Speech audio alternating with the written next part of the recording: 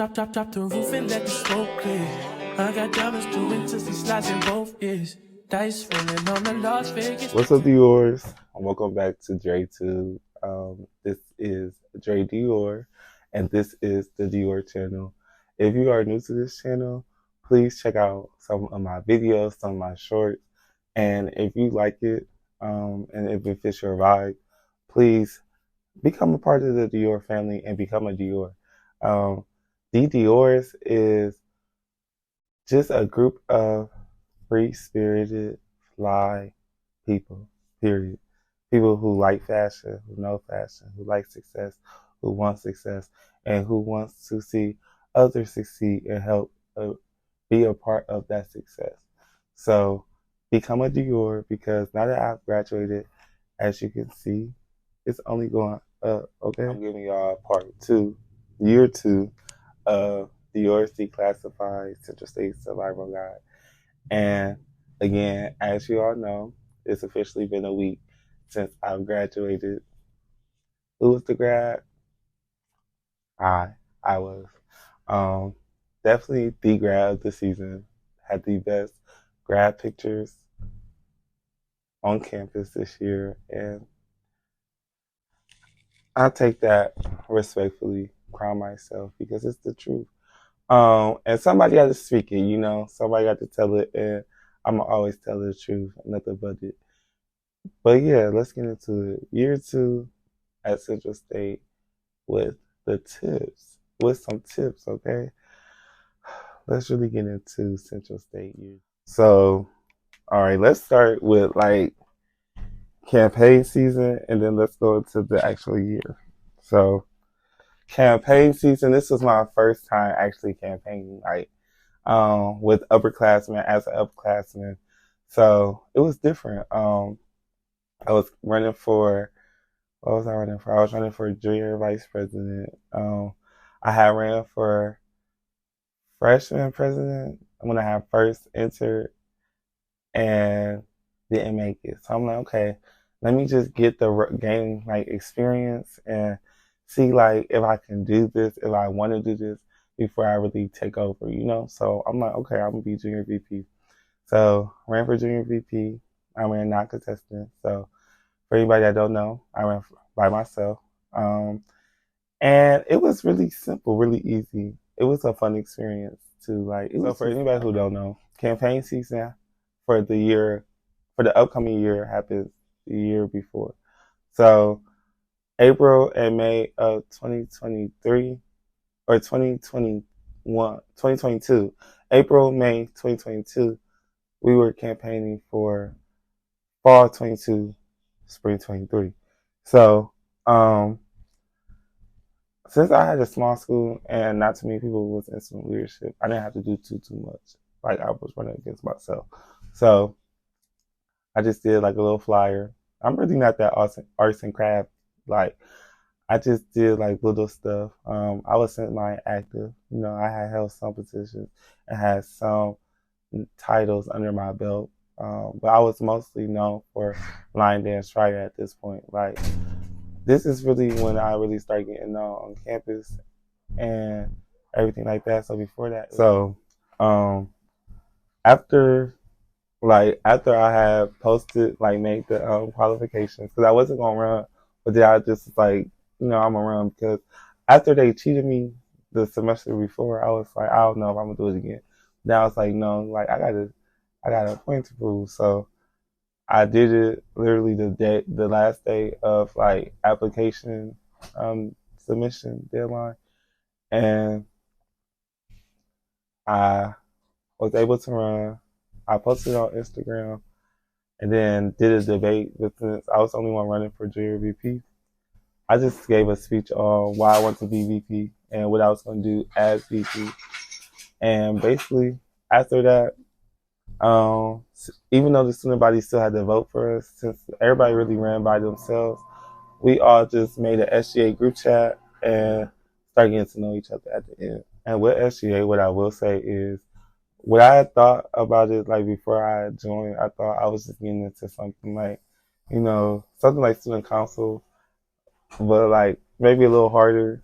So something that low-key came with some benefits, something that came with like a way to speak and make change, you know? So I don't know. I thought like I was getting into something that was gonna be fun, that was gonna be challenging, that was gonna be a family low key. I don't know really what I was expecting. I was expecting anything. I wasn't looking at it as a resume builder because I wanted to like grow and like become more social and be like who I am when I'm comfortable around people, just naturally. But so it wasn't like a resume builder for me, but it was also like I don't know what to expect. Right. But rolling into year two, um, August of year two, fall 22. This was my first year in like mainstream student leadership, and I still wasn't in mainstream student leadership. This was like the introduction, but we were required to be pirate ambassadors that year, so I had to come to school early, and I had to come to school early, like 2 weeks early, and I had to help move freshmen in and like the events that was lined up for the freshmen before all the upperclassmen came back. I had to be a part of that. And I think that's tip number one. Get involved any way possible. So, of course, due to me being on SGA now, I had to be a pirate ambassador. But get involved. And aside from getting involved, do community service. Community service at any university, but especially at HBCU, helps you form connections, bonds, and a family. You never know who you will meet, who you'll bump into, and what bond, what benefit that can come from it after the community service. Because being a pirate ambassador is not about community service, but it gave me bonds that I didn't know I would need. It strengthened the bonds that I had, and it just made me an even better leader. It gave me a deeper connection to my university and better and strengthen my why for why I want to graduate, why I want to be here, why I want to be on SGA. Like it just helped bring everything together. And my platform as the junior VP was to bring unity and service amongst all the juniors on campus and being a pirate ambassador, helping them. But okay, so I was a PA. After being a PA, like it was just junior VP and school. This was like the first year of Line Dance Friday. I feel like year two was Line Dance Friday's best year. That's when we really started getting buzz. That's when like freshmen was coming in over the summer saying like, we ready for Line Dance Friday? Are you going to do it? Like it was just a vibe. We had new line dances. It was just a vibe. Like I feel like everything that I was doing was like all lead and aligning to the overall goal. And that was just unity and service, you know? So it was just so much fun. It was so much fun. So again, step out your comfort zone. Whatever your thought is, don't let it be a thought. I feel like dance is something that I've always been good at and it's always been my passion. But I would always let like stigmas and things stop me from getting my dream done. I've always wanted to have like some type of dance, something like a dance team, which I'm still going to have, even though it didn't happen yet, I'm still going to have it. But a dance team, a dance something. And it was because of that freshman loss why I created Line Dance Friday. And Line Dance Friday wasn't supposed to be an ongoing thing. It was supposed to be that one specific Friday because I was sad. I was depressed. Like, I wasn't too prideful because it wasn't like somebody was better than me. I was genuinely the best contender and I didn't get it. So it kind of made me question like, what was I doing and was it all worth it? But Line Dance Friday was the reassurance that it was and they see me. And you don't have to be a title leader to be a leader, you know? So that's really another thing. Like, don't think that you have to be a mainstream leader to be a leader. The lead and how great of a leader you are is going to show by what and who you help, who you impact, what impact you lead. That's going to show. So, okay, this is my senior year. And in this year, I was just very much like, it was cool. It was chill. I lost some friends. But that's normal. I think that was the last really time that I really had a friendship loss. Everybody else is still like here with me. And sometimes you outgrow people. So that's number 3, 4, whatever tip number we're on. But that's the next tip is be prepared to outgrow people. And it sounds easy because it's over now. But I was depressed. I was low key sad because although I knew what I was doing was right, it's still like, dang, you was my person. And it's okay. We cool now. Cool enough. Be cordial. And learn how to be cordial. Learn how to be cordial. Learn how to be cordial. Period. Learn how to be. The next tip is failure over fear. I say failure over fear because as the junior vice president, yeah, it put me on the platform, but I was still a popular introvert. Like, so I was known, but I wasn't known. Like, it was still like, who is that? But like, oh, I know who that is type thing. So, I had 2 personal events and they were near and dear to my heart. It was Love My Skin and it was, the Gentleman's Circle. And I had a decent turnout for Love My Skin, but the Gentleman's Circle only had 3 people. 3 guys attended, and 2 of them was in SGA. So it kind of took a major shot at my like pride and my heart because like that was a genuine thing I was trying to do and bring everybody together. And it was like nobody showed up, and it was like, what am I doing? And with failure over fear, like I'd rather fail than be scared and not do it. So it's like, transparently speaking, I was so ready to be like to end the event. Like I'm like, let's leave. Like there's no point of us staying. But it was those men who was at that time in that circle that really helped me. Like they was like, no, we really need to stay. Like at the end of the day, we here, we men, we united, we gonna talk. Like let's talk and let's explain, express, like whatever you have planned, let's still get it done. Because at the end of the day, the show gonna go on. And in my mind and in a human mind, you would think, okay, I didn't even fill the few seats in the circle that I had, so I failed. But at the same time, I was scared, but I didn't let that scaredness or that upsetness or that, anxiety. Another tip that I've learned is manifestation works. Manifestation works. Like, I don't know. I manifested so many things at the end of this winter break, and they all came to pass. Like, I'm still, thank God, living off of the manifestation that I made, last year or 2 years ago? No, last spring. Because I had said, like, I'm not going to be back home as much as I have been in the past. So, with that and in that, I had gained opportunities to visit Cincinnati, which is now one of my jobs.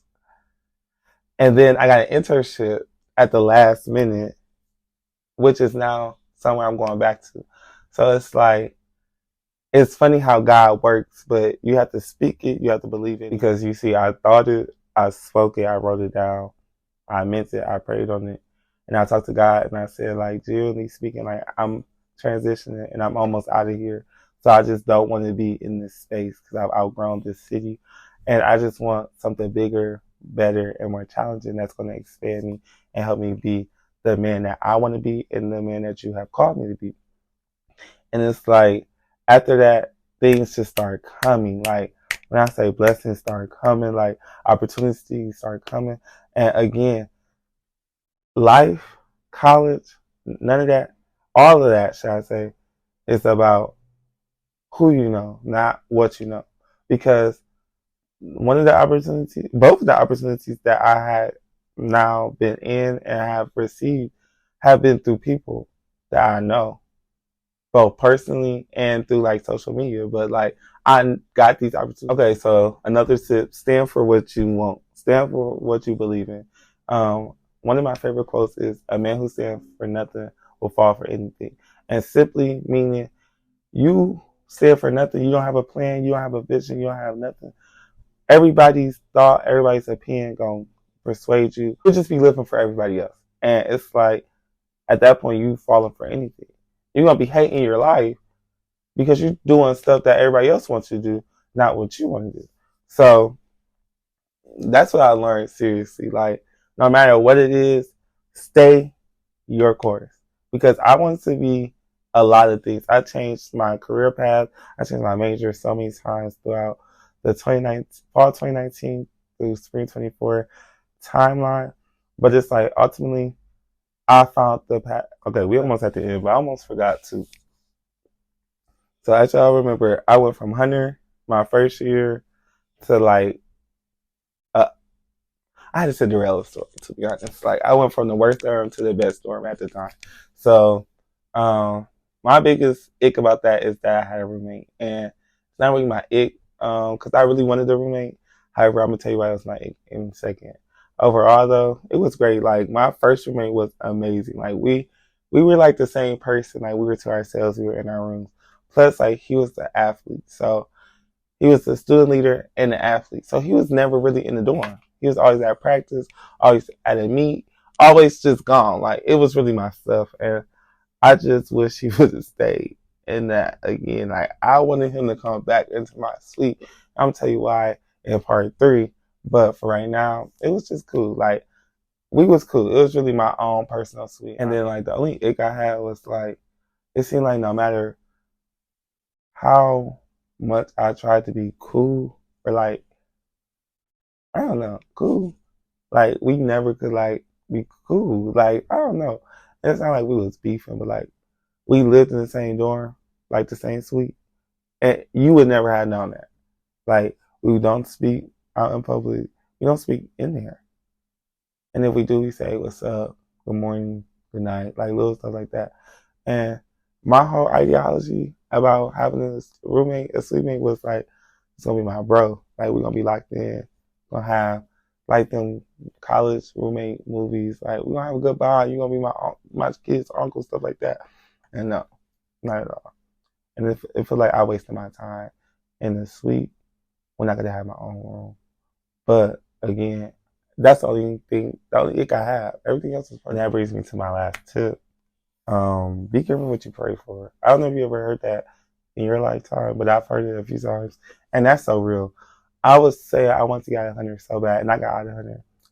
Went to NBC, and it was cool. That first year was great. But then that third year, that second year at NBC, my third year at Central, that was a trying year. That wasn't third time to try. That was 3 strikes. Almost out. So that's it for today's video. Make sure you like, comment, and subscribe. If you're new to this channel, thank you for watching. If you're a returner, hey y'all. And y'all see we almost at 200, 199, 199, 199. Let's rack it up. Like, we about to be at 1,000 before the end of July.